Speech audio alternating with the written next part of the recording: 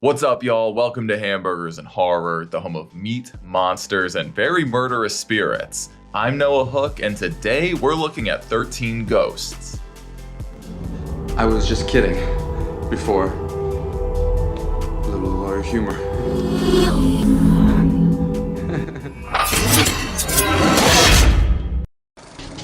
There should be 12 earthbound spirits trapped inside.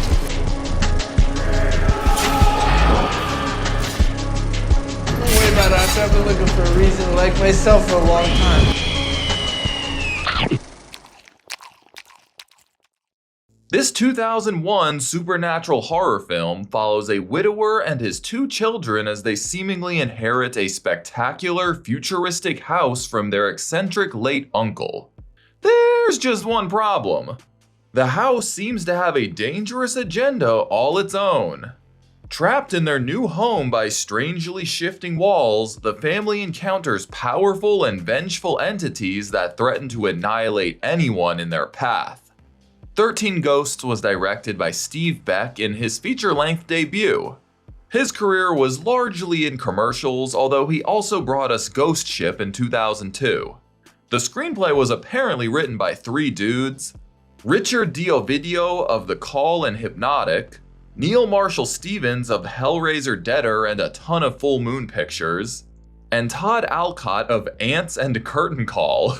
That's an interesting medley. The story is based on the 1960 William Castle film 13 Ghosts, which uses the numbers instead of spelling out 13. It has a lot of the same bones as the original, like special Illusiono glasses needed to see the ghosts, but it is pretty much a different experience entirely. The film stars Tony Shalhoub from Monk as Arthur Criticos, Matthew Lillard from Scream as Dennis Rafkin, Shannon Elizabeth from Scary Movie as Kathy Criticos, Rah Digga from a very good rap career as Maggie the Babysitter, and F. Murray Abraham from the Grand Budapest Hotel as Cyrus Criticos. But we all know that the ghosts are the real stars of the show here. I have to keep one of them a secret for now, but there are 12 super cool ghost designs that feel straight out of a Hellraiser movie. We'll get into some of their backstories soon, but we've got the firstborn son, the torn prince, the withered lover, the great child, the dire mother, the bound woman, the pilgrimess, the torso, the jackal, the angry princess, the hammer, and the juggernaut. These great special and makeup effects for the movie were primarily handled by Howard Berger, Greg Nicotero, and Robert Kurtzman and their company, KNB Effects. Cinematography was handled by Gail Tattersall of Ghost Ship and Tank Girl, and the score was composed by John Frizzle of Alien Resurrection and Texas Chainsaw 3D. The film was primarily shot within a giant glass structure with gears, clocks, stained glass, and lots of Latin. It ended up being a real pain in the ass to shoot in because of the glare and reflections. 13 Ghosts ultimately grossed about $68 million at the box office, so on a budget of about $42, that was actually considered a bit of a box office disappointment, but obviously still made a lot of money. The film was met with negative reviews from critics who disliked the choppy editing, overuse of strobes, and the lack of scares. But over the years, more people have come to appreciate the great production design as well as the great ghost design, and it's become a bit of a cult classic. It currently has a 19 and 49% on Rotten Tomatoes, along with a 2.7 on Letterboxd, so it still isn't a masterpiece by any means. But 13 Ghosts is a film that I have a lot of nostalgia for. I remember watching it on Sci-Fi all the time as a kid. At the time, there were at least two good reasons that I liked it, but now as an adult, there are even more things I enjoy about it. Thank you so much to my patron Ben for requesting 13 Ghosts for me to review. I think this one is going to be a lot of fun. And before we jump in, I just want to shout out my patrons and my channel members. I appreciate every single one of you so much. And I want to point out that 85% of y'all that are watching are not subscribed to the channel. It would mean the world to me if you considered coming back to check out future videos, and I also already have over 200 other reviews and rankings that y'all can enjoy immediately, so yeah, consider subscribing if you enjoy this. But hey, with all that said, it's probably time we get started. I hope none of y'all are taking a bath right now, because we're watching 13 Ghosts. The movie opens in a spooky junkyard where ghost hunter Cyrus Kritikos and his psychic assistant Dennis Rafkin lead a specialized team on a mission to capture a spirit. This one isn't like the others. Then I'll give you a bonus. You don't have that kind of money. After tonight, you'll be surprised. Now get to work. Dennis is able to locate the dead when in close proximity to them, although it looks like a pretty painful process. He also experiences that person's life, and this particular ghost killed 9 people in life and has killed 31 more from beyond the grave. This will be the 12th ghost Cyrus has collected, although Dennis isn't sure what he's planning to do with them. They catch a couple of ghost liberators named Kalina and Damon, who try and fail to put a stop to it. Cyrus unveils a big glass box covered in Latin, and along with a truck full of blood, they beckon to the ghost. It starts murdering Cyrus's men left and right by dropping cars on them, yanking them off screen, and bending them in half backwards. Hell yeah! We glimpse the big scary fucker through the ghost hunter's special glasses, the last of whom gets trapped in the cube with it. This absolute monster known as the Juggernaut is captured, but Damon and Cyrus have both died in the chaos. Now we meet happy couple Arthur and Jean Kritikos, the former of whom is Cyrus's nephew. They had 2 kids named Kathy and Bobby, but unfortunately a few years ago their house caught fire and Jean slowly died from her injuries. Now Arthur is depressed, drowning in medical debt, and living in a tiny apartment with Bobby, who is obsessed with death. Dad, will you tell Kathy that keeping a record of death is healthy? Kathy, who is basically the mom now, and their lazy nanny Maggie. They're visited by a lawyer representing Cyrus, as it turns out they are his sole beneficiaries. This means they get to move into a shiny, futuristic new house. Thanks, dead video uncle who we never really knew. Say, what's up with all the cult-like symbols and images of people suffering in your video? Who cares? It's got 4 bathrooms. They drive out to the remote woodland estate where Dennis is posing as an electrical technician who needs to get inside. Arthur unlocks the big glass house and the family ogles at his collection of exotic antiques. At the center of the home is a giant spinning puzzle which has 13 symbols on the outer rim. Dennis has gone down to the basement to figure out where Cyrus hid the money he was supposed to be paid, but he soon realizes that he isn't alone down here. All 12 ghosts that he helped capture are here in this house, with just some Latin spells written on the walls keeping them contained. He interrupts Arthur as he's signing documents and tries his best to explain that he hunted ghosts with his uncle and this house is full of them. He warns them to get out, and when the two make contact, he witnesses the horrific fire that killed Jean. The lawyer, who is obviously evil, heads down to the basement with the ghost glasses. Hey, nice dance. Oh, jeez, you. He picks up his payment, which happens to be on a pedal that releases and gets all the gears, doors, and other machines moving. The whole orientation of the house begins changing, releasing one of the ghosts. This absolute baddie is the angry princess, and she did not appreciate his joke earlier. But before she gets the chance to kill him, a sliding pane of glass slices the suit in half. Dennis convinces Arthur that this place is no good, but now his dumbass kids have wandered away. Kathy gets a tubby time visit from the angry princess, although without the glasses she has no idea.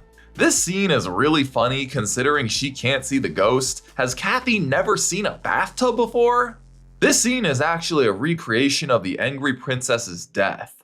In life, her name was Dana Newman. She was beautiful but severely abused, convinced she was actually hideous. A series of botched plastic surgeries left her eye mutilated, causing her to commit suicide with a kitchen knife in her own tub. Arthur and Maggie find her before the princess can get stabby, so now they just have to hunt down this little speed demon.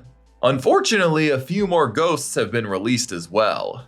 One of them tries beckoning him downstairs, but another ghost tells him not to follow her. I have something for you. We'll have lots of fun, Bobby. Don't come down, Bobby. He listens to the bad one, which is known as the Bound Woman. Thanks to the glasses he snatched earlier, he can see her, so he razor scooters away from her and this plastic-wrapped gentleman known as the Torso. The friendly ghost is revealed to be Jean, whose face is burnt and still rocking her hospital gown. She tries to escort him upstairs, but he's suddenly attacked by the ghost of Cyrus. Arthur learns the hard way that the walls are practically indestructible, and Dennis explains to the skeptical group that they are covered in containment spells that are able to keep the ghosts held within them. He refuses to go into the basement, at least until Arthur promises to pay what Cyrus owed him. Dennis leads them through the ghost-infested halls, but dumbass Arthur demands that they split up to cover more ground. Maggie comes face to face with her first ghost, a big mean one named the Hammer. His name was George Markley, a blacksmith who was falsely accused of stealing. His entire family was lynched, so he murdered those responsible with his blacksmith's hammer. The townsfolk killed him in return, driving railroad spikes through his body and replacing his left hand with the hammer. Damn, these deaths are fucking dark. Dennis says most ghosts have no interest in hurting people, but ones who have experienced traumatic deaths are often turned violent because they are in a constant state of reliving it. Dennis also seems to have a premonition of his own death, which is not good. He also notices a particularly scary ghost called the Jackal is loose, just in time for it to attack Kathy. This scary bastard was a convicted rapist and murderer in the 1800s.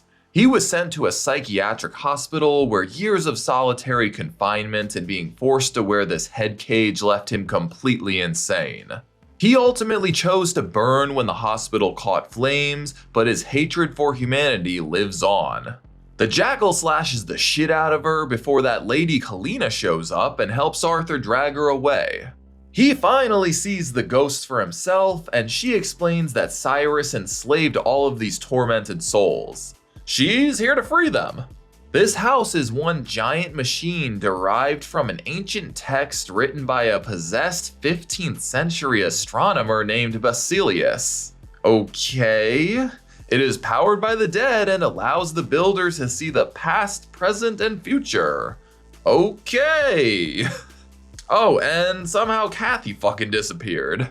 Dennis and Maggie narrowly managed to escape the angry princess and this little fella named the firstborn son, but they are separated by the shifting walls. He's attacked without any glasses by the baseball bat wielding torn prince. Maggie is able to help him dodge the attacks, and then they encounter a combo pack. This is the Great Child and the Dire Mother. Arthur narrowly escapes the hammer, so now all the adults are back together. He gets used as a scratch pad by the Jackal, and they narrowly escape another ghost called a Pilgrimess. Kalina and Dennis get into a shouting match, which results in her revealing to Arthur that his wife is among the trapped souls. Arthur is understandably pissed. Fortunately, there is a way to save his kids and his wife's soul. This machine has been filled with 12 specific spirits to make it work. The firstborn son, the torso, the bound woman, the withered lover, aka Jean, the torn prince, the angry princess, the pilgrimess, the great child and dire mother, the hammer, the jackal, and the juggernaut. All 12 ghosts will be released one by one and led to the heart of the machine, which will absorb their energy to open the eye of hell. 11 of the 12 are already released. Once opened, Cyrus will be able to see the past and future, the living and dead, and everything else he desires. There is one failsafe though. A living human can sacrifice themselves in an act of love to stop the machine, turning himself into the 13th ghost, the Broken Heart. He will have to jump inside the machine, which will presumably kill him.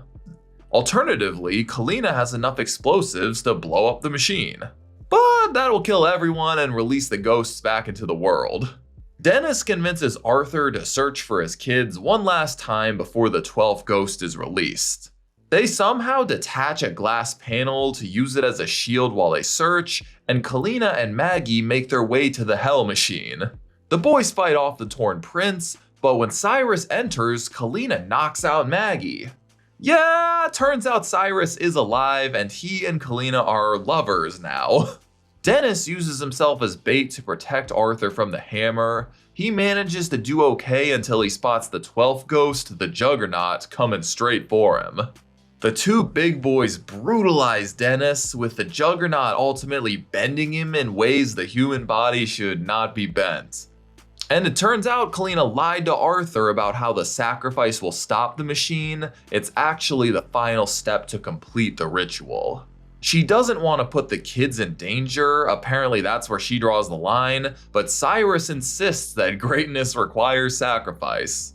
He plays a Latin tape to summon the ghosts to the machine, which spares Arthur from the Juggernaut. He's visited by his crispy wife, but she too is summoned away. Meanwhile, Cyrus continues to be an all-out villain by smashing Kalina between two glass walls for basically no reason.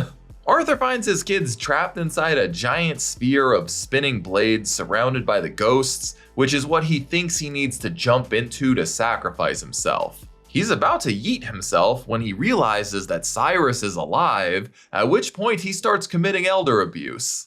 Cyrus gets the upper hand and holds Arthur at knife point though. Nothing, Arthur! You hear nothing, you loser! But this did give Maggie enough time to wake up and tamper with the audio recording.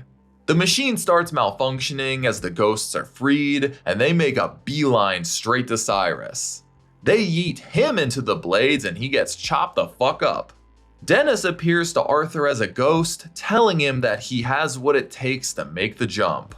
He times it just right to evade the blades, and the whole building starts exploding in glorious fashion. The ghosts fuck off into the woods, presumably planning to kill more innocent people. No longer burnt Jean somehow shows herself to her family, telling them she loves them before departing as well. They have a happy ending hug, and the movie ends with Maggie quitting her nanny job. And that's 13 Ghosts. Yeah, this one is so much fun. It's so easy to see why it's a cult classic. I personally love movies with big ensembles of monsters. All 12 Ghosts have such unique designs, time periods, and levels of viciousness to make them all stand out. Everybody has their favorites, but I truly think all of the ghosts contrast each other and add to the overall ethos and world building. I'd say the Juggernaut, Jackal, Hammer, and Angry Princess are my favorites, which are all pretty popular choices. They get the most screen time and they're the most violent amongst the bunch, so it makes sense. I also like the Torn Prince and the Torso. I wish we got more of that chopped up ghoul. The only ones I'm a little iffy on are the Firstborn Son, the Dire Mother, and the Great Child because they feel a tad bit goofy, but that does add to the campy vibe as well. A big thing working in the film's favor is its humor. If this thing was trying to be 100% serious, I don't think it would be nearly as effective. But what's really cool about 13 Ghosts is all of the lore built into the story. I'm sure many of you know this, but the DVD for this film came with this cool-ass featurette called The Ghost Files, which explains the backstories of all the ghosts. The Torn Prince was a boy born in 1940 by the name of Royce Clayton. At 17, Royce was a star slugger on his baseball team. The hot rod flipped 3 times before bursting into flames. His peers watched in horror as the fire engulfed their fallen hero. I talked about the Angry Princess, the Hammer, and the Jackal, but if you're curious to learn more about all the ghosts, I've put a link to the Ghost Files in my linked comment down below. I'm truly surprised this film hasn't gotten a remake or a sequel of its own. Just with all the world building they did, I'd be super interested in seeing a series about all 12 ghosts, or different ghosts in this world for that matter. But for all the cool ghosts and fun I've been talking about, I should make it really clear that 13 Ghosts is not necessarily a really good movie.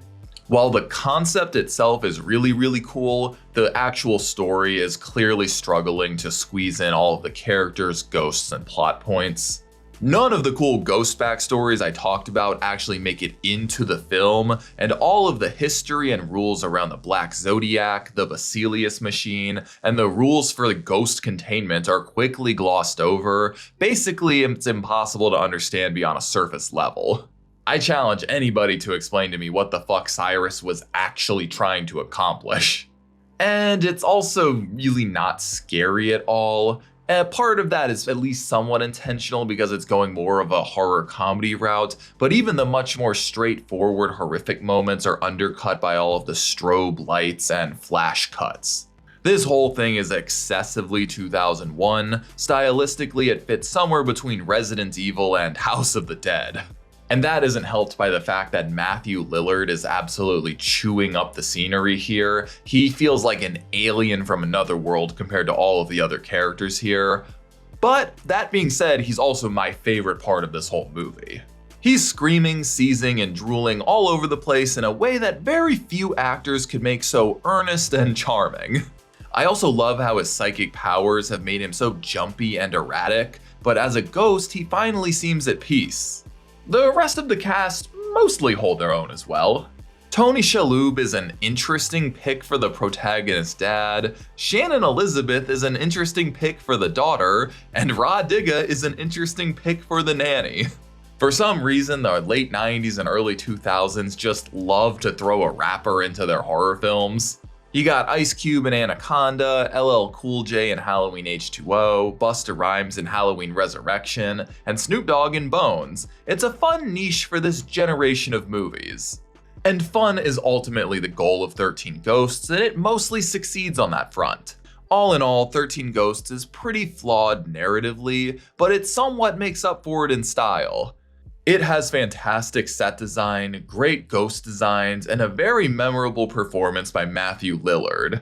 But it's also hard to follow, has really choppy editing, and it doesn't allow the ghosts to get very many interesting kills. It's definitely a mixed bag, and I could understand if you don't really like it, but it is a film I have a lot of nostalgia for, and I always enjoy revisiting it. If absolutely nothing else though, it's worth checking out just for those great K&B effects. Well, that's about it. Thank you so much to my patron Ben for requesting 13 Ghosts for me to review. This was a ton of fun. But what did y'all think of 13 Ghosts? Which of the ghosts was your favorite? Be sure to let me know down in the comments. And be sure to join me in 2 weeks as we go all the way back to 1960 with City of the Dead. Thank you all so much for joining me, and an extra thank you to my patrons. As always, I'm Noah Hook, and thanks for watching Hamburgers and Horror. Stay safe out there.